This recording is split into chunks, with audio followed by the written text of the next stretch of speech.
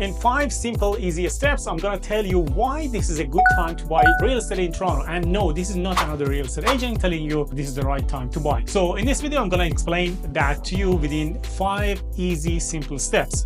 Based on the listings that we see on a day-to-day basis in Toronto, I can tell you that the buyers can find good deals in August and September and all the way through the fall 2024. What we see indicates that the buyers are in an advantageous position in the current market. So what I'm talking about most pockets and property types. Of course, I'm not talking about everywhere in Toronto. So further in this video, I'm going to talk about market trends, economic conditions, and strategic timing, and how all suggest that now could be a good time to invest in real estate market in Toronto. So let's dive in and explore why buying a home in Toronto right now could be a savvy financial move. Before we go further to the next part of this video, please make sure to subscribe to my channel, or if you need to have a consultation meeting with me, book it through the link down below. Step number 1, market supply and buyer power. So one of the key indicators that make the upcoming month favorable time for buyers is the increase in property listings. The Toronto market is currently well supplied, which naturally gives buyers more leverage in negotiations.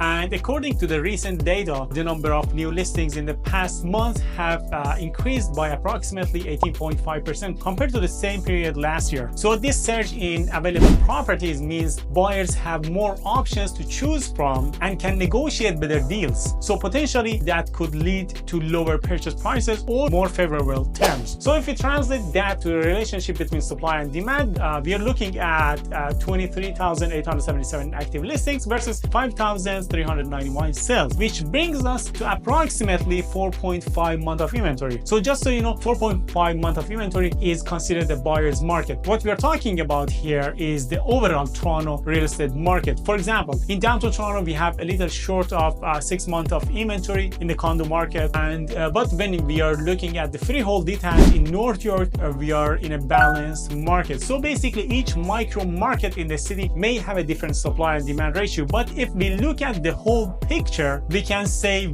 we are in a buyer's market in Toronto. So step number 2 is price trends. While overall real estate prices in Toronto have shown a slight decline in a year-over-year basis, the monthly trend shows that we have found the price floor roughly around $1.1 million. And the prices are, of course, fluctuating around this number. So this stabilization and even a slight recovery indicates that the market may have reached a floor. Just to give you a perspective of the prices, right now the average price of a detached home in Toronto is $1.42 million, and the average price of a condo in Toronto is about $718,000. Step number 3 is interest rates and economic conditions. So as you may already know, interest rates play a significant role in determining affordability in real estate market. So far this summer, we have seen 2 rate cuts from the Bank of Canada, which was a good signal so far. In addition to that, there's a speculation that the Bank of Canada may consider future rate cuts. We're gonna see how it goes in the next few days when we go into the September. So lower interest rates first increases the affordability, and second, it will bring more buyers back to the market. I expect some of those that are now sitting on the fence would come back to the market in the next few months. Step number 4 is economic stability and employment growth. So Toronto's economy remains robust with steady employment growth and a relatively strong job market. The unemployment rate in Toronto was 7.7% as of July 2024, which was down 0.1% from the previous month. So the unemployment rate stood 7.4% below the peak from July 2020, and this is on par with the long run average. So this is indicating a more stable economic environment with more people employed and earning income. So consumer confidence is likely to rise towards the end of this year, which in turn can stimulate the demand in the real estate market. Moreover, sectors such as technology, finance, and healthcare are experiencing growth, and they are also attracting new residents to the city and increasing the demand for housing. So this influx of new buyers and renters could further support property values in the coming month, making it a good time for buyers to enter the real estate market. Step number 5 is long-term investment potential. Real estate in Toronto has historically been a solid long-term investment. Pay attention to that. I'm talking about long-term, like a period of 5 to 10 years, for example. So the current market conditions suggest that this trend could continue.